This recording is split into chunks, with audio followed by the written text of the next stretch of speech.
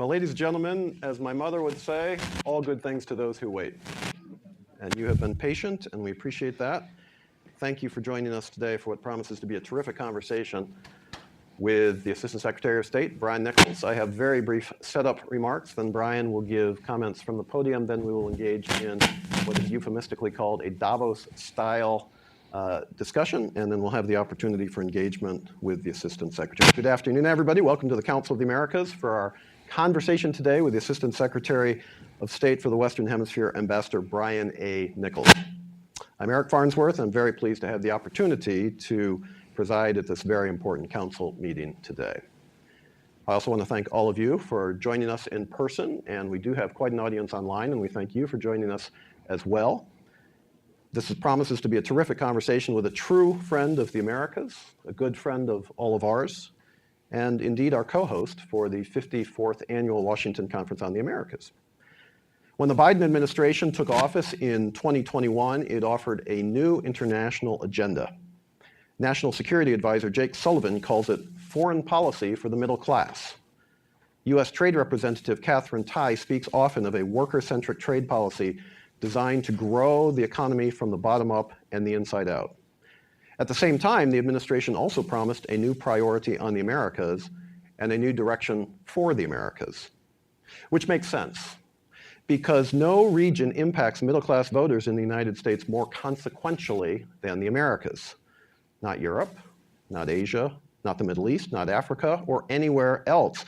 In fact, the president's national security strategy even says this. Just think about the issues facing the lives of our citizens right now: job creation and the strength of the economy. Migration surges both from and through the region. Fentanyl and illegal narcotics. Access to critical minerals and other materials driving a cleaner energy revolution. Climate change. These are the domestic issues that people talk about in their families and schools and around their kitchen tables. These are the topics that occupy us and often concern us. And they're precisely the issues which are impacted most directly by the Americas. In my view, you cannot have an effective foreign policy for the middle class or develop an economy from the inside out without prioritizing the Americas. It's just not possible. And that's why I'm so pleased to have the opportunity today to introduce our speaker and to moderate the conversation that will follow, because Ambassador Nichols is one of those who gets it. I've known Brian since we served together at the State Department in the early 1990s. I won't tell you how old we were at the time, but it was a lot younger than we were now. He's forged an impressive State Department career with service in Mexico, Colombia, El Salvador, Caribbean issues, and elsewhere. He was Principal Deputy in the Bureau of Narcotics and Law Enforcement, and most recently, he's been the U.S. Ambassador to Peru and then to Zimbabwe. He's now served as Assistant Secretary, the top U.S. diplomat for the Americas, since September 2021. Brian's expertise has been on full display, recently leading U.S. efforts to midwife democratic transition, both in Guatemala and also Brazil, for example, while raising the bar on regional partnerships more generally. He's thoughtful and effective. He's well-liked, and indeed, I would say admired across the region. And I'm pleased to have the opportunity to call him a personal friend. Ladies and gentlemen, we are in for a treat this afternoon. Please join me in welcoming back to the Council of the Americas the Honorable Brian A. Nichols.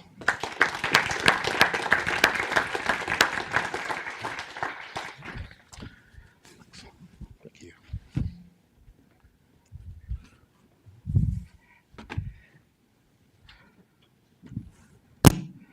So good afternoon, and Eric, thank you for that wonderful introduction. It was so genuine and earnest, I almost believed it myself. I am incredibly grateful to be with you to address such an august group, and I'm incredibly thankful to all of you for your patience as we were working through and continue to work through some incredibly difficult issues related to our region, in this case Haiti in particular. I think it's a sign perhaps of hubris that I'm with you today, just hours ahead of the President's State of the Union address. But it's an opportunity to outline our approach in realizing his vision for a hemisphere that's more democratic, more secure, more prosperous, and more inclusive. Given the Council of the Americas' longstanding commitment to the same goals, I cannot think of a more fitting audience. And in May 2013, then Vice President Joe Biden delivered to the Council what he considers his most important speech on the region. Those of you who know me know I am going to speak candidly to the areas where we have made progress and where we face persistent challenges. But more importantly, our focus on an affirmative, partnership-based agenda as the guiding principle behind U.S. foreign policy. I'd like to begin by highlighting the administration's commitment to building up the Western Hemisphere as a stronghold for democracy. As a matter of policy, the United States will seek to find common cause with governments that are elected and which govern democratically, regardless of where they lie ideologically on the political spectrum. And unlike China, we view the role of civil society and a free media as indispensable, especially now as support for democracy has regrettably receded over the last decade.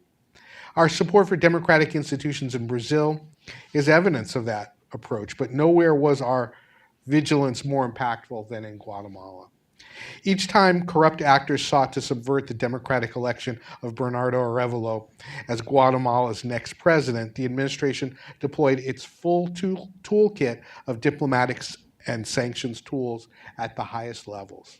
I myself traveled twice to Guatemala, but this was a whole of government effort where from the president on down, the administration were following developments and engaging in real time with the outgoing government and the full set of stakeholders clamoring for the will of the Guatemalan people to be respected. At the OAS General Assembly last June, we successfully introduced measures to strengthen the Inter-American Democratic Charter. The establishment of the new OAS voluntary group of member states, which we chair, to promote dialogue and cooperation and address democratic backsliding demonstrates our commitment to the Charter's full implementation. Our efforts to promote democracy not only focus on supporting democratic institutions, but also addressing the security and prosperity that democratically elected governments can deliver. Ecuador's new president, Daniel Noboa, took office amid a security and economic crisis. We have engaged in a sustained whole-of-government approach to support the Noboa administration's efforts to restore security, combat transnational criminal organizations, and make the economic reforms necessary to put the country's finances back on stable footing with the help of international financial institutions. Though much work remains, Ecuador appears to have turned the corner, and its citizens now see that democracy delivers results. Despite the widespread hemispheric consensus in favor of democracy, there are clear outliers in Haiti, Venezuela, Nicaragua, and Cuba. Helping Haiti restore security and democracy, especially at this critical moment, represents a top priority for the administration. I'll note that my delay in arriving here, I was with Secretary Blinken working on Haiti and calls to Prime Minister Ariel Henry and President Ali of Guyana, who's chairing CARICOM at this moment and is also one of the two elected members for GRULAC in the UN Security Council. So after President Moïse's tragic assassination, we determined to push Haiti's leaders to reach a consensus on meaningful elections to renew the government's constitutional mandate. Gangs backed by narco-traffickers and corrupt politicians resisted the democratic path, and the country descended into widespread violence, which prompted the government of Haiti to request a UN-authorized multinational security support mission, or MSS. We commend Kenya's willingness to lead this mission, as well as the country's offering police and logistical support. We appreciate CARICOM for engaging in intensive diplomacy in the last few days to resolve the latest crisis in Port-au-Prince. This diplomacy is made possible through thoughtfully and deliberately engaging our allies in the Caribbean, the region, and the world. During the February MSS mission ministerial in Rio, we were encouraged to see many countries step up to provide funding, particularly the 91.2 million US dollars from Canada. We continue calling for broad donor support for the mission, especially from the region in the form of funding, personnel, and in-kind assistance. The MSS must receive proper support to achieve its objectives. The United States has pledged to provide up to $200 million to support the MSS mission, including $100 million from the Department of State. The Department of Defense committed up to $100 million in in-kind support, including enabling logistics, equipment, billeting, basing, airlift, communications, and medical support. On Venezuela, we took a calculated risk, clear-eyed about who we were dealing with and the likelihood that the heirs of the legacy of Hugo Chavez would allow an election where they did not control the outcome. We ultimately concluded that the status quo was bad for the United States, good for our adversaries, and would not advance the cause of democracy. Because of our approach, all wrongfully detained Americans in Venezuela are home with their families. However, Maduro's refusal to reinstate the political rights of candidates like opposition primary winner Maria Corina Machado and the harassment and imprisonment of many of her supporters were steps in the wrong direction. Despite these recent transgressions, we remain committed to supporting Venezuela's democratic process and along with members of the international community to insist on the right of the Venezuelan opposition to choose its candidate and for the right of the Venezuelan people to choose their next president.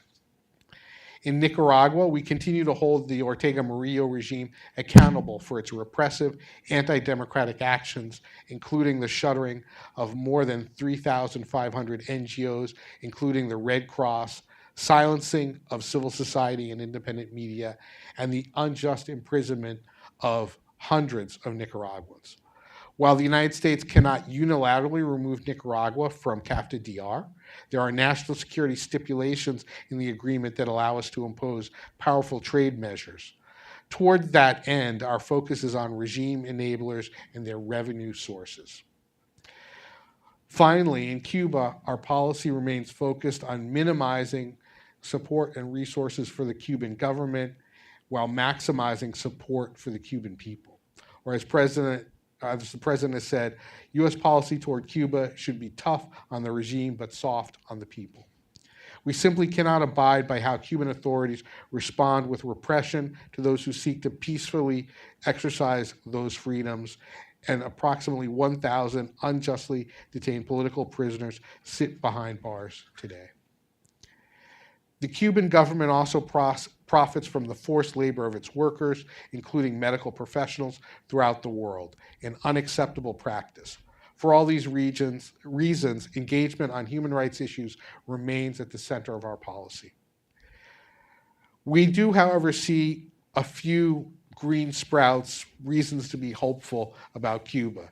Cuba's independent private sector emerged as an alternative to the communist government's demonstrably failed model of central planning. These entrepreneurs now play a critical role in providing income to a population eager for work and sustenance, for families for whom the government is unable to provide. We continue to seek ways to support the Cuban people and its private sector. We can't speak of challenges in the hemisphere and not mention our adversaries' efforts to undermine democracy, security, and U.S. leadership in the region. The People's Republic of China continues to advance an alternative vision for global governance that represents a departure from many of the principles that lie at the heart of the international system. We work with partners in the region to understand their needs and priorities and explore how we can work together to address them. We invest in the foundations of our strength here at home, our competitiveness, our innovation, our democracy. We align our efforts with our network of allies and partners, acting with common purpose and in common cause. And harnessing these two key assets, we compete with China to defend our interests and build our vision for the future. Meanwhile, Russia's own assault on the rules-based international order has not only brought enormous suffering to the Ukrainian people, but also has undermined food security globally, including in our hemisphere. We actively raise concerns with our partners throughout the region. A central component of our democracy agenda is the need to promote inclusive economic growth and shared prosperity. Candidly, our biggest challenge has been the lack of tools to advance economic statecraft in a predominantly middle-income region. Part of our solution to that challenge is the America's Partnership for Economic Prosperity, which the President announced at the 9th Summit of the Americas in June 2022, followed by hosting a highly successful Leaders Summit to advance the Americas Partnership in November of last year. The Americas Partnership provides us with a flexible platform to build concrete cooperation with like-minded partners on next-generation economic issues and create opportunities for people compelled to migrate through irregular channels. Regional leaders' enthusiasm for this initiative remains palpable, and the IDB's strong support will increase our reach and impact. I look forward to working with all of you to take full advantage of the Americas Partnership. Aside from the Americas Partnership, other initiatives and programs address the region's economic needs in ways that help the United States and our partners. In February 2023, the Vice President and the Partnership for Central America launched Central America Forward. Since its launch, companies have committed to invest over $4.2 billion in El Salvador, Guatemala, and Honduras, and deployed over $1 billion to the region. Many of these companies, even those that have operated previously, have made new significant commitments. Last June, we supported the partnership's launch of a Rule of Law pledge.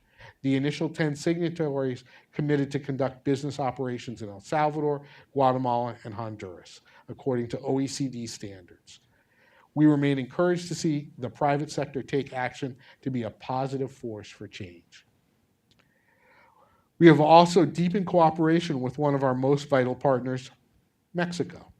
Together, we work to reduce the record levels of regional migration, stem the flow of fentanyl, which killed nearly 108,000 Americans in 2023, and integrate North American supply chains. Mexico is now the United States' #1 trade partner. Our bilateral trade hit a record $800 billion in 2023. Over $1.5 million exchanged every minute.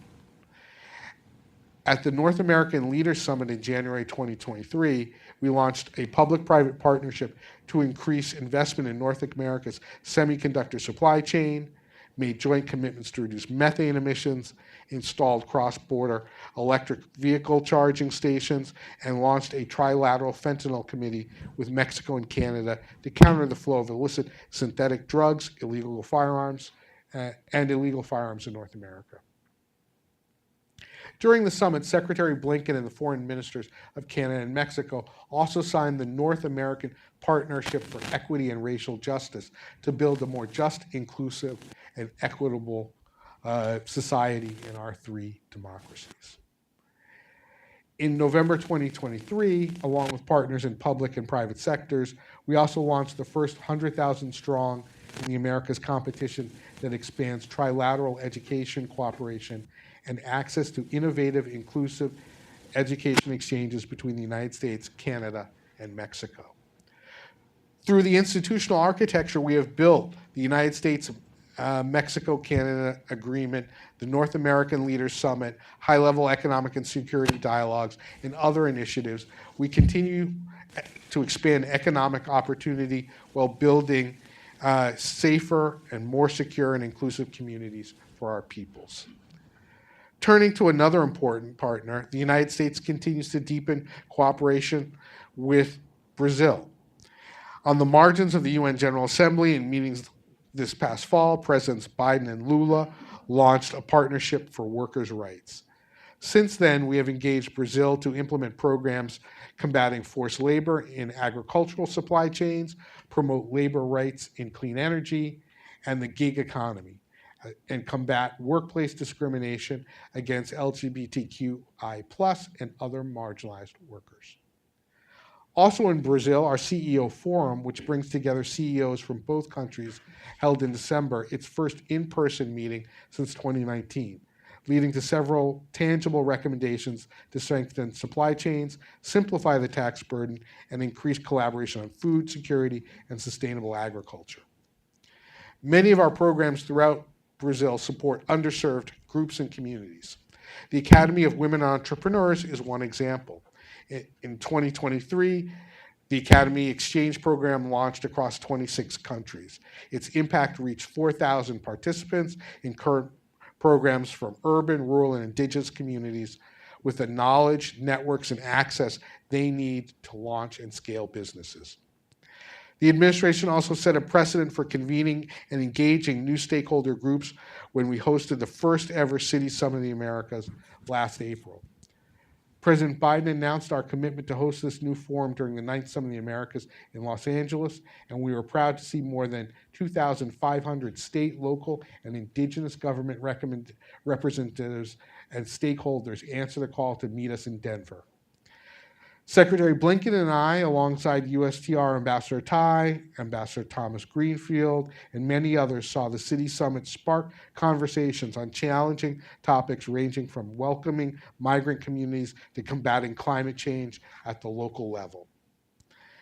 I'm proud to say that the Dominican Republic, as host of the 10th Summit of the Americas, will convene the second City Summit, and we plan to deepen our investment in subnational diplomacy from the State Department in the coming months.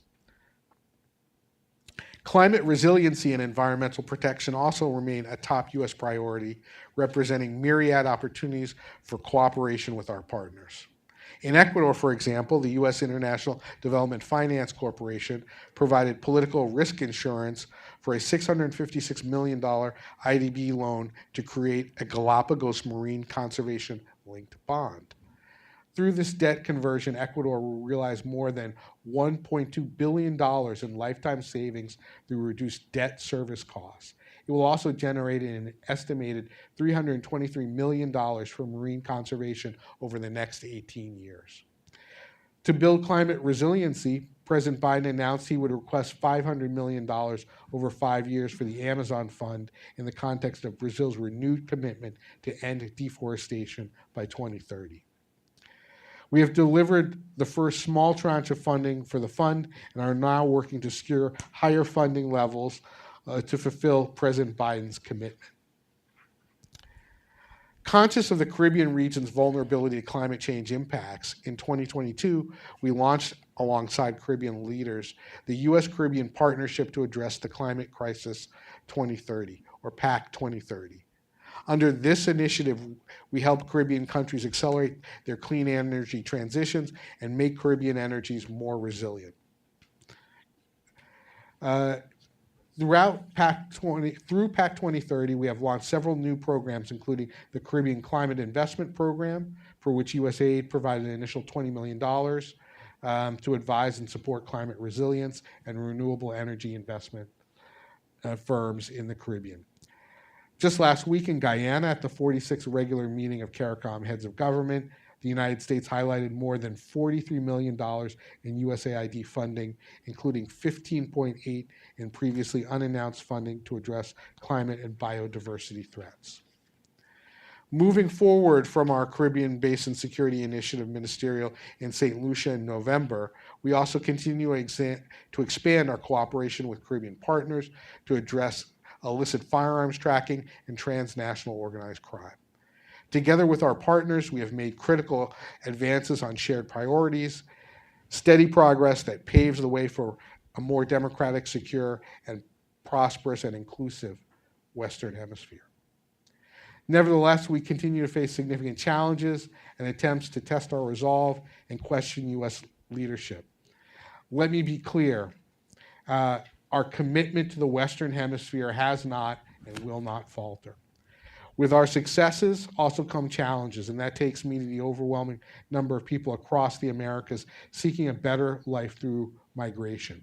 We and our regional and global partners have come together to seek sustainable and humane responses to the challenges and opportunities of migration. Under the Los Angeles Declaration on Migration and Protection, which has been endorsed by 22 countries in the region. We are for the first time confronting migration as a regional challenge and a shared responsibility. This means not only enforcing our own borders and opening up new lawful pathways, but also encouraging our partners in the region to do the same. I am pleased that in the coming months, Guatemala will host the next ministerial meeting of the Los Angeles Declaration. This builds off a successful trilateral meeting on migration management that Secretary Blinken hosted with counterparts from Mexico and Guatemala. The Biden-Harris administration has expanded lawful pathways for individuals from the region to a greater degree than ever before. But our message is clear. Avail yourself of those lawful pathways rather than making the dangerous journey north, since we will continue to robustly enforce our border. We have successfully launched safe mobility offices in Costa Rica, Guatemala, and Colombia, expanding access to lawful pathways for admission to the United States. We also expanded lawful pathways for Cubans to safely immigrate to the United States to reunite with family or to simply seek a more free and prosperous life. Our embassy in Havana has resumed full immigrant visa processing. And last year, DHS announced a new parole process to create additional safe, regular, and orderly processes for Cubans, Nicaraguans, and Haitians, expanding a parole program already in place for Venezuelans to lawfully come to the United States for a temporary period. The outflow of refugees and migrants from Venezuela represents the largest displacement crisis in the world. Indeed, one of the most persistent and multifaceted challenges we continue to face is the crisis in Venezuela. In the dynamic landscape that is Latin America and the Caribbean, challenges and opportunities intertwine, shaping the region's trajectory. Political instability, corruption, and violence pose significant hurdles, encouraging irregular migration and hindering economic development and democratic progress. However, amidst these challenges, there are promising opportunities. Investment in climate resiliency, regional cooperation with like-minded partners that share our values, and educational exchanges foster resilience and growth. We navigate this intricate terrain, strategic diplomacy and collaboration. As we navigate this intricate terrain, strategic diplomacy and collaboration become essential for realizing a brighter future for communities across the hemisphere. The Council's role as a catalyst for promoting development and integration in the region and emphasizing the role of the private sector remains critical to advancing our shared goals. We look forward to continuing our partnership with the Council, and I look forward to the conversation.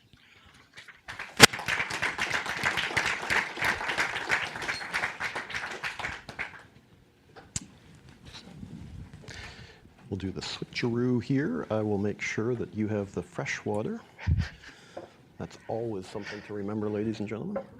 So which one has the iocane powder in it? Well, I won't tell you. You'll have to figure it out.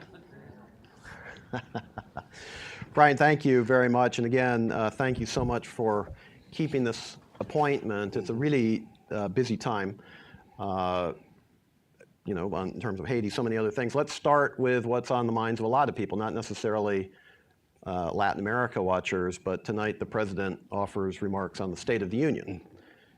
If he were to give remarks on the state of the Americas, what do you think he might say? Well, I tried to address a lot of what he would say in these remarks. But I think the heart of our region is that we have incredible partnerships. And whether Canada, Mexico, Brazil, the renewed partnership with Argentina, and we had a great visit down there. Our incredible relations with countries in the Caribbean, working together, really shoulder to shoulder to deal with the crisis in Haiti, dealing with the democratic challenges in Nicaragua and in Venezuela. This really is a hemisphere of partnership, and that makes a big, big difference.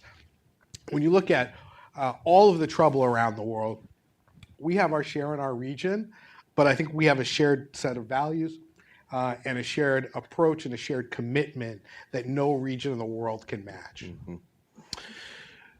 Based on that, you just came from a meeting with the Secretary on Haiti. Several questions that we took in advance of this session did focus on Haiti. What's next? You obviously have latest developments. If you want to make news, by the way, now's the time to do it on Haiti. But having said that, one of the things that you alluded to in your remarks was the need for international cooperation, collaboration. You called out Canada. You've got the Kenya initiative, et cetera. And I guess the question is, what can the international community do together on Haiti? It's such a complicated scenario. The United States, we've got so many other things going on. How do you organize that coalition to make a meaningful difference in a country that is desperate for some sort of peaceful resolution to what really is a crisis?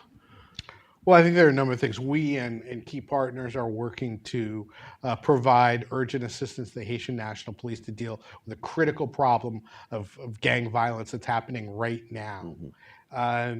The broader challenge is forging an inclusive government that can take the country to elections. And Secretary Blinken has led those efforts. He's, 2 years ago, he was talking to Prime Minister Ariel Henry about the need for a more inclusive government that includes many more political forces and has the breadth to take the country through the electoral period.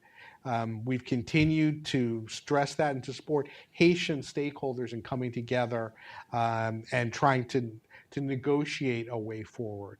I was honored to be with Ambassador Linda Thomas Greenfield in Guyana, where we reinforced those conversations and worked really shoulder to shoulder with our host, President Ali, with Prime Minister Motley, and the range of CARICOM leaders on these issues. CARICOM has been working tirelessly since then to try and forge and support a consensus among Haitians going forward.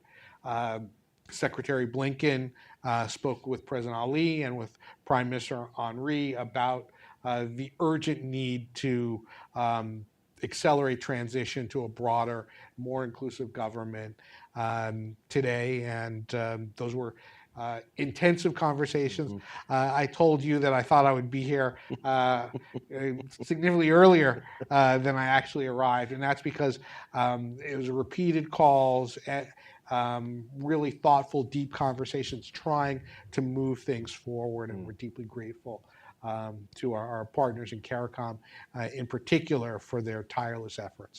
And while we're on the topic, do you see, or what could be a solution to help address some of the deteriorating security scenario, right? Because the Haitian people are the ones who ultimately pay the price.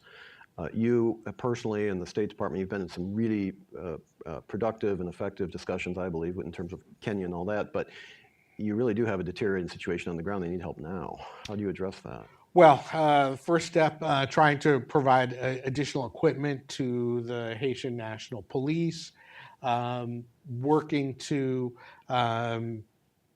reinforce the resources that Haiti's government has to address this challenge, but more broadly, speeding the deployment of a multinational security support mission to Haiti. That is crucial. And that means making sure that the contributions in terms of financing, logistics, mobility, personnel are all in place. And I think the meeting that the Secretary co-chaired in Rio on the margins of the G20 helped advance that. In addition to Canada's generous financial pledge, Benin offered as many as 2,000 peacekeepers themselves, where there are already pledges from a number of countries in the Caribbean, as well as expressions of interest depending on what the additional needs are from other countries in Latin America and in Africa, as well as financial pledges from Asia, the Middle East, and Europe. All of that needs to be accelerated. The efforts that have been made thus far are vital and important, and we've been proud to be the largest donor to the effort, but we've got to do more, and we've got to do more urgently. The crisis in Haiti has the humanitarian proportions that demand a global response, the way the international community is responding to the challenges in Ukraine or in Gaza. It's a really interesting point, and I haven't heard it put quite that way, but I think that's effective framing of what truly is a much bigger issue than, quote unquote, just a national issue. No, it clearly has broader implications. I'd love to discuss this more, but we have a whole lot of other topics to get to as well. And I know that folks are interested in some of the broader conversations on democracy. Haiti's one example, but look, I mean, democracy's promotion is never easy. We've been in this game, you in official, government, me sort of outside, and others in this room, using all the tools available over time to try to promote democracy, but it's never easy. It seems to have gotten more difficult in recent years. Outside actors, you alluded to some, you mentioned some in your remarks. We didn't talk about social media or these sorts of issues, but I think those are very relevant, et cetera. Does the United States, because I think we all would agree that promotion of democracy is in the US interest, would we agree that the US has the appropriate tools at this stage in history to be able to do that effectively? I mean, it's a genuine question. I mean, because the threats evolve. Have our tools kept up with our ability to address some of these real challenges? And you mentioned Ecuador, you mentioned Guatemala, Brazil. You don't go down the list. It's really an interesting time. Well, I think the Biden and Harris administration has really tried to focus on new tools, things like expanding access to the internet, to mobile education, new job opportunities, to help the economies grow from the bottom up and from the middle out, has been a priority for this administration. And you saw that highlighted in the pillars of the Summit of the Americas in Los Angeles. And you're one of the founders of the Summit of the Americas process. So I think seeing that continue to be leveraged and then built on through the OAS General Assembly and the OAS process, America's partnership, all of those things are important economic and political tools. But the resources that we bring to bear to address these challenges, this is a difficult moment, and we're asking the American people and the U.S. Congress to provide ample resources to address these challenges. I was really struck by the conversation between President Biden and President Lula when they first met. Well, that was not their first meeting, their first Oval Office meeting. And their shared experiences on January 6th and January 8th in the respective countries and the threats to democracy that even large established democracies face means that we all have to be vigilant together. And this is not a process where the United States can just deliver stone tablets on high, but this is a process where we all have to work together, and we face threats just like other countries face threats to democracy, and we have to work together. And the collaboration that we've seen, I think, in rebuilding the regional and international consensus around the importance of a democratic path forward in Venezuela, for example, where now it's very clear that the Maduro side is failing to deliver on the commitments that it made in the Barbados Agreement, permitting the opposition to choose its own candidate, harassment of Vente Venezuela campaign workers, arrest of at least 37 people since then. Those are all clear signs, and we see a much more solid regional and global response to that, I would argue, than we would have a few years back. So I think that's a major example. In my remarks, I talked about Guatemala and in Ecuador, about how we've worked with other partners to try and support democracy in those countries. And we're going to continue to do that regardless of where governments lie in the ideological spectrum, but really focus on, did you come to power democratically, and are you governing democratically? Because you mentioned Venezuela, let's stay with that for just a minute. And it's so important in the overall scheme of the broader hemispheric agenda. There have been some developments over the last week. You have a date now set for elections. We have upcoming in April the deadline in terms of the sanctions snapback or not. That's a decision the administration will have to take. We also have the continued disqualification of the candidate of the opposition that was chosen freely in a primaries process. So it's almost an impossibly difficult situation. So let me ask you, what do we do from here? Where do you go from here? I mean, you have just a few months for the opposition really to organize elections that I think, these are my words, not yours, but not going to be free and fair, but based on current provisions. How do we advance the cause of democracy effectively in the current scenario? Barbados is not compelling the Maduro administration or Maduro regime to take any meaningful steps at all.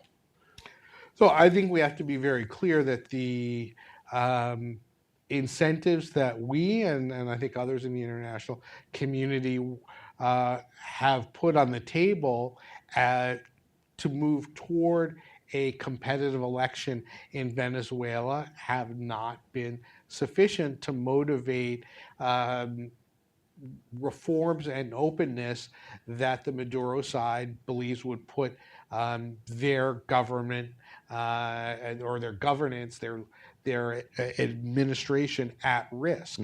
And when you see the number of votes that Maria Corina Machado received in the opposition primary versus the number of votes that the 5 items received in the Essequibo referendum, I think that sent a chilling message to the Maduro side. I think the polls that I think many of the people who are here with us or online have seen make it clear that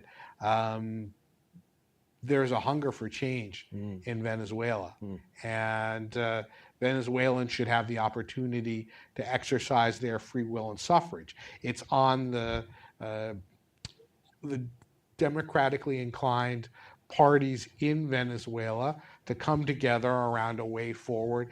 I firmly believe that when we're dealing with partners around the region, it's the people in those countries should be the ones who are setting their own fate and determining things, and our role is to support them in that effort. And so we'll be taking our cues from the democratic opposition in Venezuela about the way forward. While the clock is, well, maybe I shouldn't characterize what you said, but the timelines are tight, and we don't want to prejudge how things will turn out, but the direction of travel is deeply worrisome, and we look to working with democratic actors in Venezuela and our partners around the region to determine, well, how do we respond to a country that is not respecting the democratic norms that we all hold dear. And whether you're in Colombia or Brazil or Guyana or Suriname or, I'll just rattle off all the other countries in South America or in the Caribbean, all of the leaders of those places stand for elections. They have international observers. They have a transparent process, and people get to pick. So I think that the leaders of those nations should continue to deliver the message that the Venezuelan people deserve the same opportunity to make a choice, and that a true leader stands for election and respects the decision of the people. I think that's a really important and powerful point that you just made. In fact, that was going to be my follow-up question. Do you sense in other Democrats around the region the level of support and engagement that would be helpful to the extent possible? Again, this is on the ground in Venezuela. There's only so much influence people from the outside can exercise, but that is helping to drive toward as much of a positive outcome as possible. And the message you just delivered, I think, is very positive and frankly very helpful, I think, in the current moment. Let's change course a little bit from specific countries to again tools of engagement. You mentioned in your remarks, which we appreciated very much, you raised the economic agenda. Council of the Americas is an economic and trade and financial group, think tank, but also trade association. These issues are very close to our heart. We joke sometimes that trade isn't the most popular topic to discuss in Washington, et cetera. We get that. But at the same time, if you take economics and trade engagement off the table, that's a powerful tool that oftentimes can't be replicated through other means. And so I guess the question would be, in the current environment, you mentioned the president's engagement at the Summit of the Americas, the APEP. We have an election year now. And not going to ask you to get involved in U.S. electoral politics, but simply to say it complicates the overall agenda. What could we usefully be engaging in today in terms of economic engagement in the region to help drive those positive results that will help support democracy, will reduce the urge to migrate, will do all the things that I think we all want in a favorable and appropriate way? The Senate and the Congress just released yesterday the Americas Act. That's another approach. I mean, how can we be moving forward together in real economic partnership with the region, which is what we hear all the time from interlocutors? That's what what folks really are looking for. So there are a lot of things. One of the things that really struck me about our trip to Argentina, I was there twice in 2 weeks, and Argentina is a country that has so much potential and so many possibilities that haven't been fully realized. And the conversation that we had with President Milei, his willingness to really reach out and strengthen the economic relationship and partnership with the United States, I think, is incredibly welcome. And he's got a cabinet full of economists. So it's a fascinating meeting for an economics major. Too many jokes come to the fore, but anyway. But critical minerals, for example, is an unexploited opportunity in Argentina. And when you look at the potential production for critical minerals and how that can integrate into North American supply chains and the opportunities that are there, that really struck us as something that we need to deepen. And more broadly, renewable energy. We're going to have a renewable energy dialogue with Argentina and put that into a broader context. Obviously, Argentina also has significant, shall we say, traditional energy reserves that could be better taken advantage of as we migrate to renewables. And then you look at the work in a country like Chile, where there are many of the same resources, but they're significantly ahead in the exploitation of those resources. That's another great partnership in our region. As we look at the challenges in Central America around providing people good opportunities and reasons to stay at home, there are things that we can do to promote better jobs and trade and non-tariff related investments and advantages in Central America. Guatemala has tremendous potential. And the Central America Forward and the Partnership for Central America have really represented great ways to increase investment, and President Areva's focus now on not just having that general investment in Guatemala, but directing that investment to communities and areas that have traditionally been left behind, and as a result have generated outward migration, and we think that's a great idea. The opportunities in Costa Rica. I mean, Costa Rica is really operating at a sort of a significant technological advantage to many other countries in the region, whether it's pharmaceuticals or semiconductors. They're doing things that others aren't doing, certainly in Central America, and that's an opportunity to link them up with us. We have complementary business opportunities there. And the one that is huge and we often forget, though we shouldn't when we're talking about our region, is Canada. Canada is an incredible partner for the United States at every single level. And the commerce and trade between our two nations is enormous. Many Canadian and U.S. companies have branches on the other side of the border, and we have a lot of opportunities with Canada. And we also have some fence mending issues that we have to resolve with Canada, and we want to do that going forward as partners and friends as we jointly take on challenges within our region and around the world. They're a key partner, obviously, in Ukraine, for example, or in the Pacific. Mm-hmm. Absolutely. We don't have a whole lot of time remaining. We have probably about 10 minutes, and we had some questions that we can take now. But as we're doing that, Brian, and again, thank you. I mean, we're doing a tour d'horizon. We're all over the place, right? And you're handling these questions like they're second nature, but they're actually quite complicated in and of themselves, and yet you've got a whole different variety of them. Let's stay with the economic side for just a minute, but put it in a slightly different context. You mentioned China, and you talked about the influence in terms of democracy and authoritarian governance, et cetera, and the U.S. desire and willingness and ability to compete. Let's put it in the economic environment in terms of supply chains and the attractiveness of Latin America and the Caribbean as investment destinations. So coming out of the pandemic, there was a whole lot of attention on supply chain resiliency, and there was, I guess, just an assumption folks would move out of China, because that's where lots of the PPE and other things were sourced from, to come to the Western Hemisphere. We've seen some of that. In my view, we should see more of it. And I guess the question is, what are some things that we can be doing, should be doing?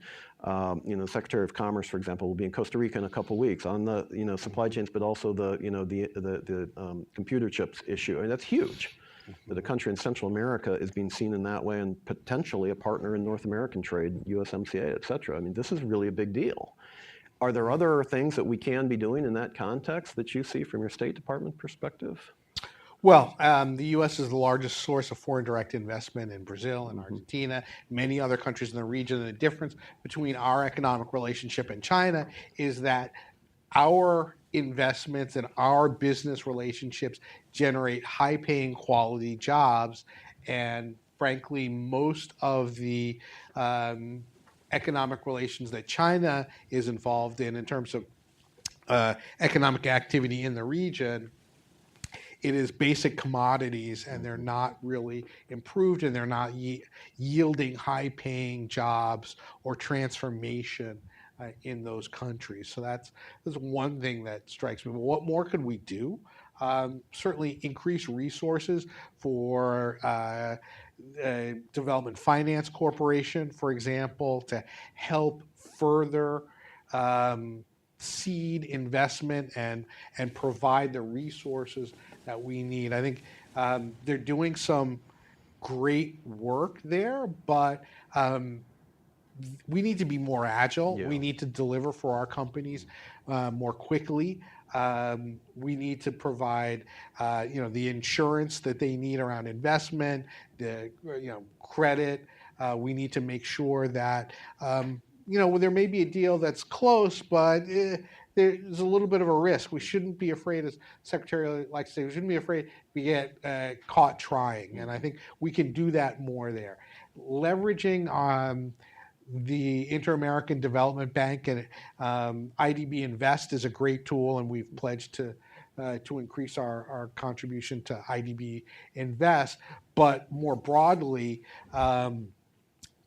greater capitalization for the Inter-American Development Bank, the World Bank, becoming a shareholder of the Caribbean Development Bank. Those are all ways that we could increase our presence in lending and economic opportunity in the region.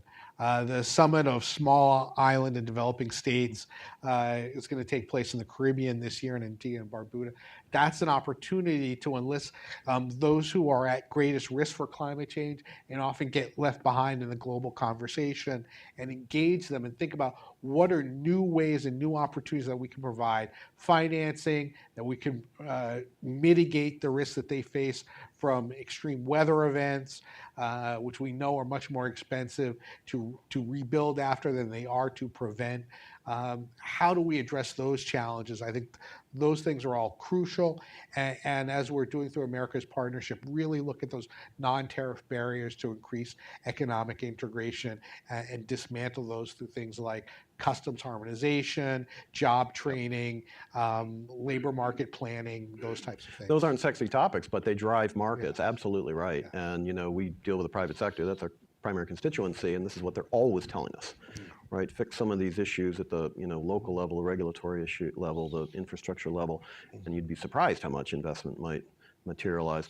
One point that you mentioned, and also in your formal remarks in terms of DFC, I'm so glad you mentioned the DFC, the Development Finance Corporation. Bringing it together with what you mentioned in your remarks about the ability to engage with certain countries based on income levels. That's a fundamental point. It's an own goal that we drew the income levels at the wrong level so that we have to exclude much of Latin America and even some of the Caribbean. And that's an easy legislative fix, you would think. Congress? So that's something that certainly we would support. And if you can unlock some of those tools, and it's just because we didn't conceptualize it correctly, well, we can fix that.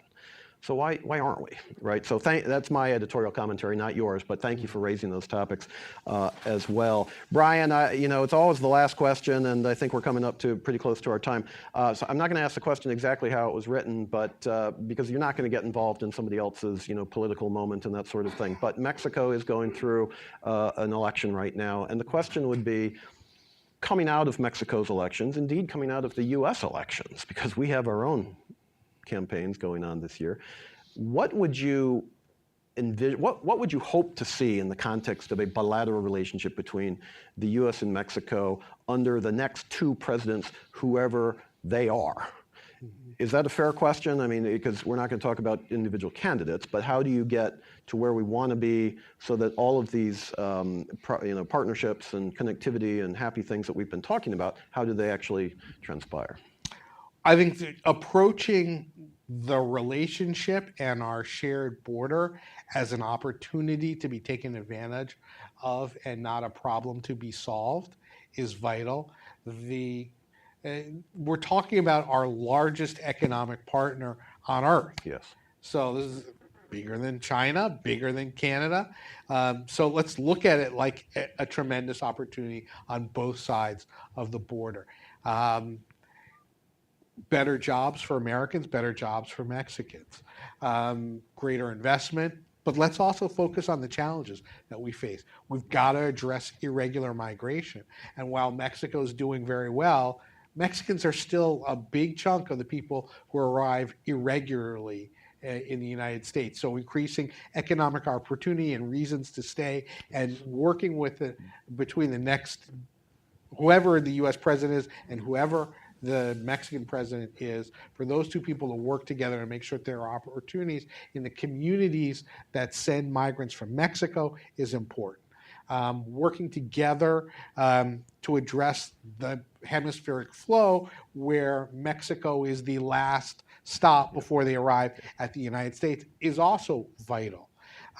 Mexico should be and is an incredible partner in renewable energy, manufacturing, climate change issues, addressing the environment, a whole host of issues. And working together on those is vital, and how Mexico feeds into the broader North American supply chain are issues. And then hopefully I'd like to see us work together even more closely to address the challenges we face throughout the hemisphere, whether it's democracy, whether it's migration, whether it's climate change, and on a global level. And Mexico really is, continues to grow as a global power, and its wealth, its population are all sending a message, and this is an important opportunity for Mexican and U.S. leaders to work together bilaterally and within the context of the North American Leaders Summit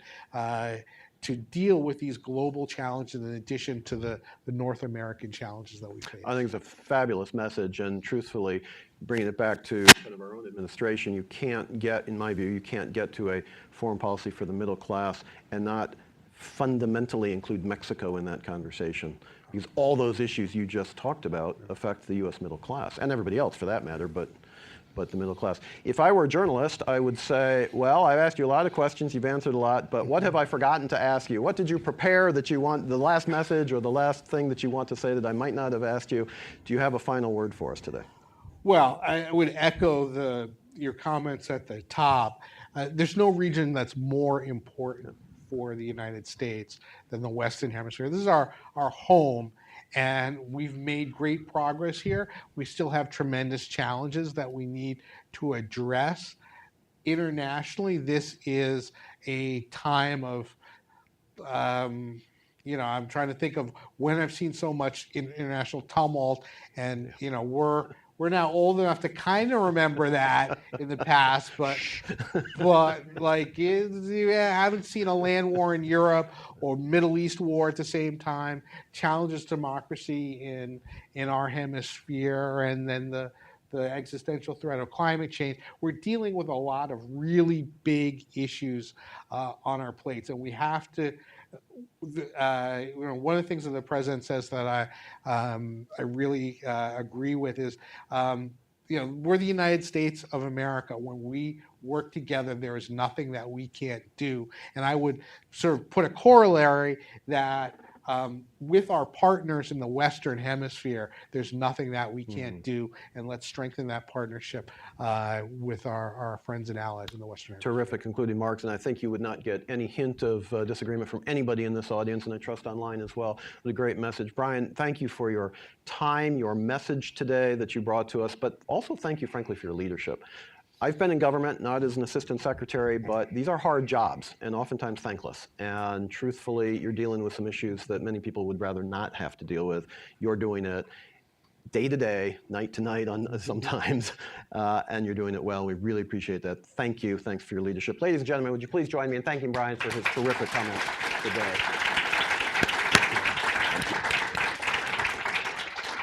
And Andrea, my effective assistant, reminded me we have instituted since the beginning of the year the ASCOA Challenge Coin. Oh, wow. And so those who speak to the organization receive one of these, but only those who speak. So if you've been to the National Press Club, you get the mug. If you be somewhere else, you get there. But we are two sides of the same coin, literally.